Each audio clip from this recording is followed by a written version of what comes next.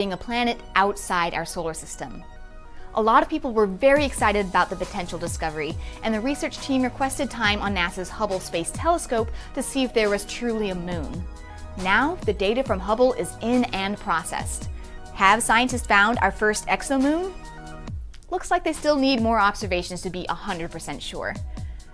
The moons in our solar system are very diverse, some with liquid water, some that are potentially habitable, so being able to observe moons in different solar systems would give us a whole new treasure trove of interesting worlds to study. The team of astronomers from Columbia University sifted through data from 284 Kepler measurements of transiting exoplanets. A transit happens when a planet passes directly between us and its star and blocks out a small portion of the star's light, which produces a dip in the amount of light coming from that star over time, called a light curve. If there's a moon on either side of the planet, we might be able to see a second, smaller dip in the light curve. Making transit measurements and processing the data into a light curve can be very tricky though, so scientists need to observe multiple transits in order to get convincing evidence of an exoplanet or an exomoon. Out of the 284 planets the team looked at, they found one planet with an extra wobble in its light curve that might be a moon. This planet, Kepler 1625b, orbits its star once every 9.5 months, so it takes years to observe multiple transits. The team only had Kepler data from 3 transits of this exoplanet, so they sent a proposal to the Hubble Space Telescope to capture more data of this possible exomoon. Hubble can measure light curves much more precisely than Kepler, so Hubble can more definitively confirm or disprove the existence of this exomoon once it gets multiple transits. So far, the team of astronomers has collected Hubble observations of one transit of exoplanet Kepler 1625b. Hubble measured the light coming from the star over a period of 40 hours. About 7 hours into the observation, the planet started its transit, which was about an hour earlier than predicted.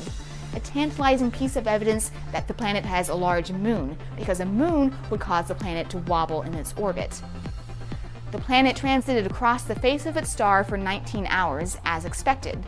Then, about 3.5 hours later, a second, smaller dip in the light curve started. That right there is intriguing evidence of an exomoon. The Hubble observation unfortunately concluded before the possible moon finished its transit, so Hubble hasn't yet observed a full transit. This light curve appears like it shows an exomoon, but we can't say it's a definitive detection until Hubble observes at least one more transit. If this is actually a moon, what do we know about it? The planet Kepler 1625b is likely several times the mass of Jupiter. Its possible moon appears to be about the mass and radius of Neptune. The ratio between the mass of this planet and its moon is about the same as between the Earth and our moon, but scaled way up. Neptune-sized moons are obviously not something that exists in our own solar system, and we're not sure exactly how such a moon would form. When scientists first started discovering exoplanets, a lot of them were several times the mass of Jupiter because big planets are easier to detect, so a similar thing may happen when discovering the first exomoons. Finding planets and moons so different from the ones in our own solar system gives us a lot more knowledge of the many diverse ways planetary systems can exist. In the near future, scientists hope to use the Hubble Space Telescope to try to confirm the discovery of this exomoon, and then they'll use Hubble for follow-up observations of other planetary systems discovered by observatories like Kepler and the recently launched Transiting Exoplanet Survey Satellite, TESS. And then the upcoming James Webb Space Telescope will be able to take high-precision measurements in infrared wavelengths, which combined with Hubble will allow for detailed characterizations of a whole bunch of really interesting exoplanets and likely exomoons. So, if you like planets, and honestly, who doesn't? Stay tuned to learn about all sorts of fascinating new worlds.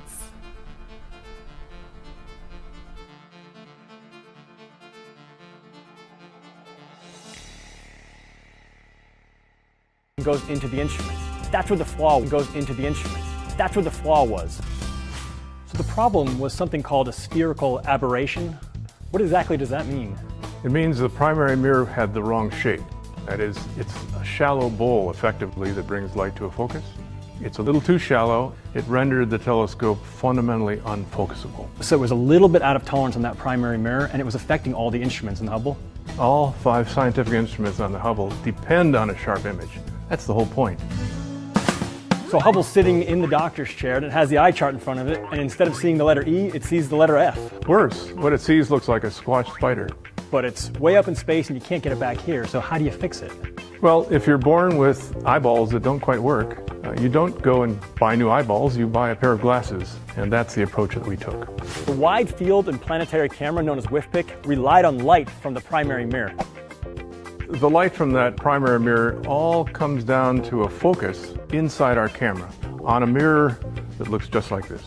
And this is now an opportunity for us to correct the curvature, the shape of the primary mirror right here. We simply put the same error in, reversed, and corrected. The Hubble telescope was designed from the outset to be serviced every 3 years by astronauts. Andrews, you can take it away. The camera is designed to be replaced in space. That's the one thing that was really just waiting for us to take advantage of. Looks like it's in there. Yeah, that's beautiful. Okay. So what was the outcome? At the Space Telescope Science Institute, way down in the basement, there were a bunch of us watching. And the first image, which was of a star, looked good. So we knew right away that we had a fix. And everything that Hubble was supposed to do was now going to happen. So I think I speak for everyone when I just say thanks to you and your team for all the hard work you put in fixing Hubble, because now we have these images really forever that we can appreciate.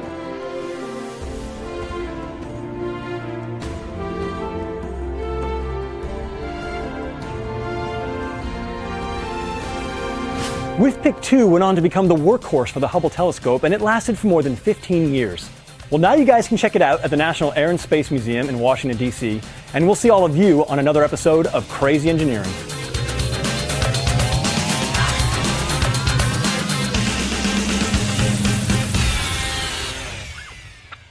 Advances that it's made in our understanding of our universe. It's just the breadth of the scientific discoveries it's been able to make. Everything from the age of the universe, proving the existence of black holes, to discovering brand new things, like the universe is accelerating due to mysterious dark energy. Hubble has consistently taken us to places we've never been, visually, of course, and empowered us to answer questions that in a previous generation of telescopes we couldn't even pose. So I think what excites me is that it shows us the wonder of the universe, places we can't get to right now. From comets and asteroids to some of the most distant galaxies yet discovered. Hubble continues to revolutionize astronomy in our solar system and beyond. Hubble has changed the way we view our universe and ourselves. We're on a never-ending journey, and the Hubble Space Telescope celebrates its quarter century of exploration as part of that journey.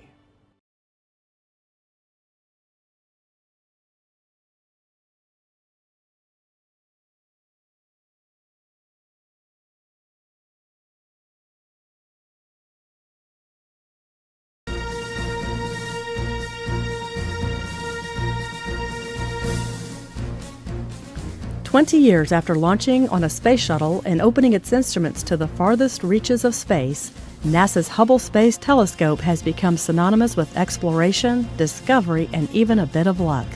One of the things that Hubble has done is it really taught us something about our place in the universe and our role within it. We want to know, how did the universe start?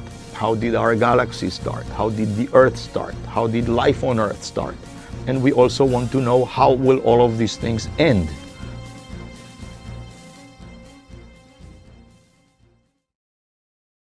When the telescope arrived, there was a lot of anticipation because there was so much extraordinary effort required at KSC in order to assure that the telescope was going to be able to maintain in the kind of environment that it had to be, and that meant a cleanliness standard that was extremely pristine, far beyond anything that we had ever launched before.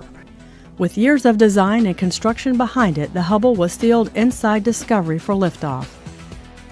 The Hubble Space Telescope flew into the national consciousness on April 24, 1990, inside the payload bay of Space Shuttle Discovery. The launching of the telescope itself was a huge deal because the Hubble Space Telescope was long awaited, and it was supposed to be launched in the year that the Challenger accident happened. Hubble was different from land-based observatories because it would operate from a point hundreds of miles above the distorting effects of Earth's atmosphere. Though its 94.5-inch mirror is small compared to those built on the ground, the telescope is huge by spacecraft standards. At more than 43 feet long, the telescope took up most of the shuttle's payload bay. But as large as Hubble was, it was sent up with a tiny flaw in its main mirror. It was an imperfection less than the width of a human hair, but it was enough to blur Hubble's images and leave the observatory's potential in doubt. To find out 2 months after launch that it was launched with a misshapen mirror was crushing to NASA. When the telescope had its spherical aberrations and needed glasses, we had already built expectations to the point that they were expecting to see these kind of things right away, when in fact, even if the telescope had worked, where it's going to take astronomers a considerable amount of time to get some of that data and then to see what else Hubble was going to find that we didn't know about. The telescope was quite powerful even with the flaw, but NASA knew it would have to fix it. So engineers set out to build Hubble a set of contact lenses. So I think that was probably our biggest challenge, was to try to make people realize that these things were still going to happen. We just needed a little time to fix this problem. Being able to restore the Hubble Space Telescope's observational capabilities was incredibly important to the agency, and they put together a great plan to do it.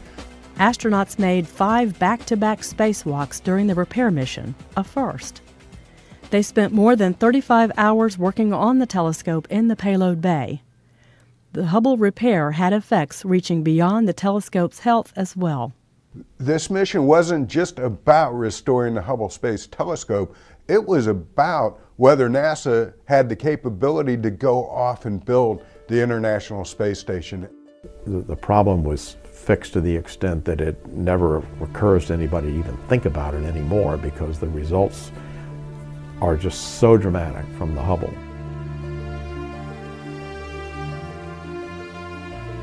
The first images from the telescope proved the servicing achieved its goal. The Space Telescope was free to look into the farthest distances ever seen, nearly as far back as the beginning of the universe. Astronauts made 4 more servicing flights to the Hubble Space Telescope to upgrade its instruments and replace critical components. We did it in a way that we knew it was the last time we were ever going to visit the telescope, and we had to do everything to it that we wanted to do if we wanted it to last a lot longer.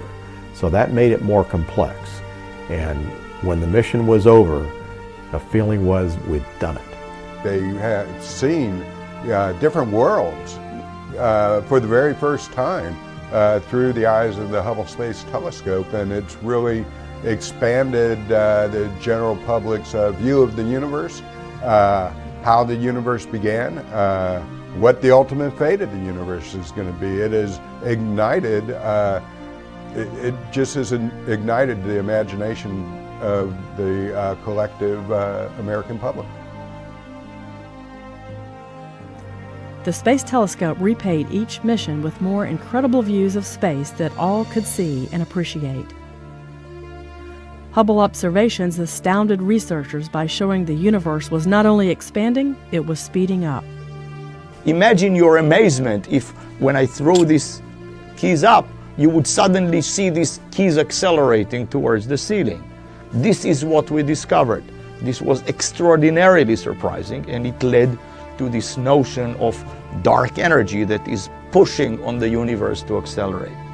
Once we began to get things back from Hubble, the scientists were beginning to see physical processes going on that they didn't really understand and hadn't been able to see before.